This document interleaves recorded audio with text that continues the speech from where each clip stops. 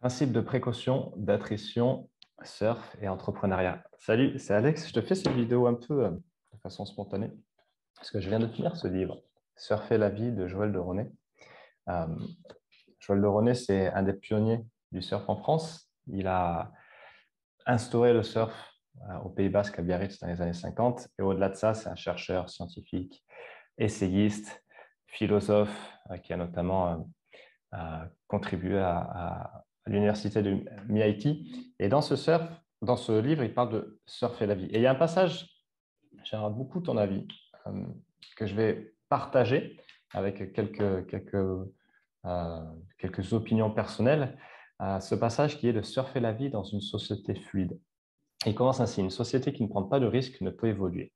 Sans développement, sans croissance, sans partage, elle reste à l'état statique, se sclérose et menace de disparaître. Prendre des vies, c'est accroître ses chances de gagner.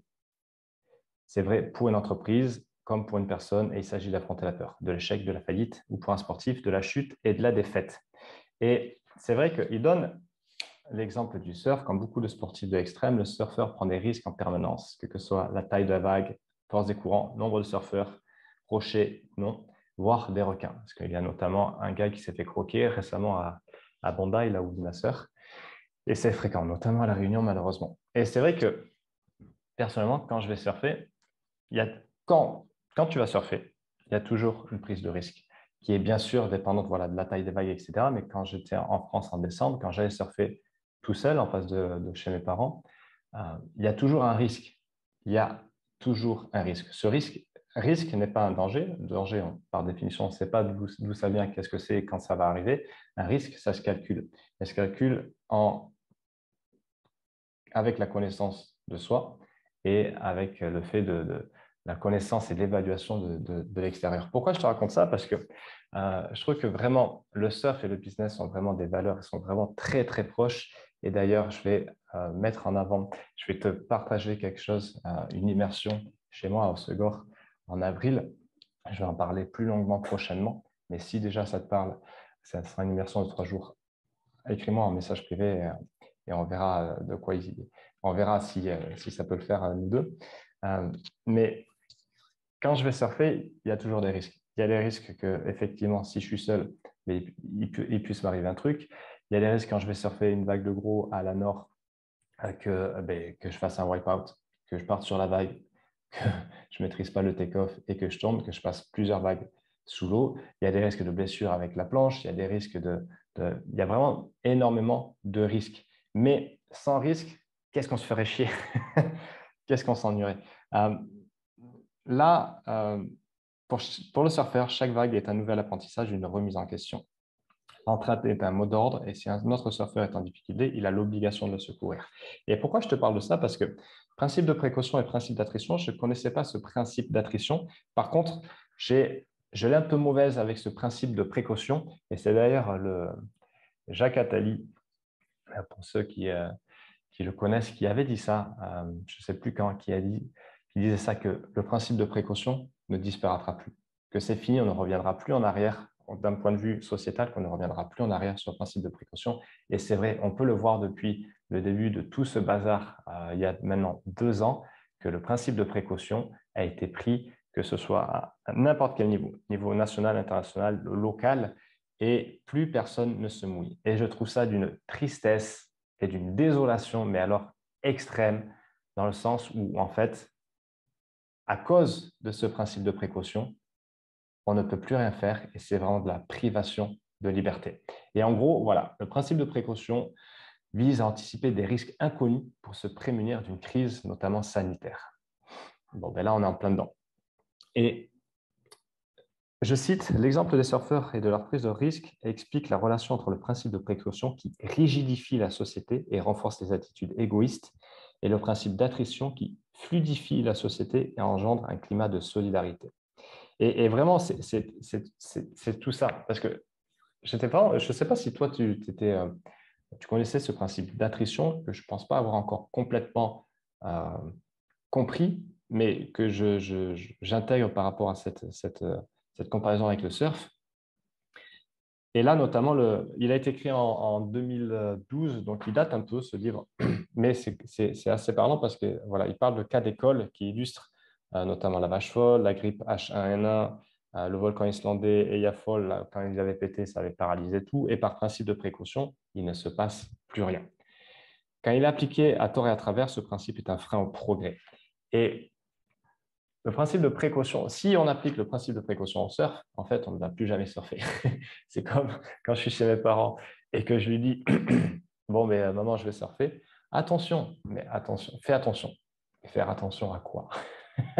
À quoi je peux faire plus attention si ce n'est d'être dans mon présent, d'évaluer les risques, d'évaluer les vagues, d'évaluer l'environnement, parce que c'est un environnement bougeant à chaque instant. Comme dans ton entreprise, ça bouge à chaque instant. Il faut évaluer le courant, les vagues, la houle, les autres surfeurs quand il y en a, et il y en a beaucoup. Et c'est impossible de ne pas prendre de risques. Mais si on est dans cette logique-là, on ne va plus, je ne vais plus jamais surfer en fait, ou tu ne vas plus jamais faire de VTT, tu ne vas plus jamais faire d'escalade, tu ne vas plus jamais faire de ski, etc., etc. Et le risque est là en fait. D'ailleurs, c'est ce qu'il dit, le risque zéro n'existe pas. Simplement parce que vivre et survivre exige de prendre des responsabilités, de faire des choix face à des dangers potentiels connus ou inconnus, prévisibles ou imprévisibles. Cela implique l'acceptation préalable de la perte irréversible de certaines choses ou de certaines personnes. C'est ce qu'on appelle le taux d'attrition. Et l'attrition, c'est le taux acceptable de perte, qu'il s'agisse de pertes matérielles, immatérielles ou humaines. Voilà, c'est en gros, par exemple, quand on partait en guerre, OK, on va aller clasher directement sur ce nom avec l'ennemi. On sait qu'on va perdre des hommes, mais c'est pour gagner ce territoire, etc. Et le principe de précaution, si tu l'appliques à l'entreprise, en fait, c'est inconcevable avec le fait d'entreprendre, où que tu en sois. Que tu sois au moment où te lancer et tu dis, OK, j'y vais, je sais, j'ai fait ce saut dans le vide où j'ai quitté mon emploi, certes, ça faisait 18 mois, c'était vraiment, je savais que c'était juste une étape où je me suis lancé à mon compte. Je sais ce que ça fait. Je sais ce que ça fait quand, OK, je décide d'investir sur moi et de m'engager sur un coaching, sur l'accompagnement. OK, je commence à structurer, j'ai des frais, je vais peut-être sacrifier ma marge pour le moment, mais parce que je sais que le risque à prendre, c'est le risque à prendre pour se développer, etc., etc., pour recruter, pour grandir, pour assurer sa croissance. Si tu es dans une logique de principe de précaution, tu ne pourras pas, tu ne pourras pas te développer. Je ne pense pas. Je ne pense pas que ce soit possible. Ce principe d'attrition, dans le fait qu'on accepte de perdre quelque chose, que ce soit perdre, et encore, il faut le voir parce que c'est souvent, enfin, si tu le vois comme un investissement, à condition que tu le fasses bien, ça ne sera pas de la perte. Peut-être sur le moment, mais ce que tu vas perdre d'un côté, okay, tu vas le gagner de l'autre. Okay. Toujours ce principe aussi de polarité. Et, ce qui se passe, il ne se passe pas quelque chose sans qu'il y ait son opposé qui se manifeste d'une façon ou d'une autre dans un domaine ou dans un autre. Okay. Appliquer le principe d'attrition, c'est accepter le risque que des avions puissent voler et donc que certaines puissent être perdues. Un choix qui se justifie par la reconnaissance de la réalité naturelle de l'imperfection des choses et ou de l'impossibilité naturelle de maîtriser le hasard. La vie, en somme. Et ça m'a beaucoup parlé parce que effectivement, voilà, que ce soit dans l'entrepreneuriat où tu vas prendre des risques, tu ne vas pas te mettre en danger. Il y a vraiment attention à ne pas forcément se mettre en danger. Chacun aura sa propre définition, mais où tu vas prendre des risques dans le surf, où tu vas prendre des risques, ça ne veut pas dire qu'ils ne sont pas maîtrisés, qu'ils ne sont pas calculés, mais il y aura des risques. Il y aura des risques de blessure, il y aura des risques d'échec. Encore faut-il ici aussi s'entendre sur ce qu'est un échec, des risques de se faire peur, des risques. Mais au final, il y a surtout le risque d'aller vers quelque chose qui nous anime le plus, des risques de kiffer les vagues de son activité et kiffer les vagues quand on va surfer dans l'océan. Il y a le risque d'apprendre sur soi, il y a le risque de mieux se connaître, il y a le risque de vraiment s'éclater et s'amuser. Et ça, si tu ne prends pas ces risques dans la vie, à la fois sur le côté pro et sur le côté perso, j'ai envie de dire à quoi bon vivre.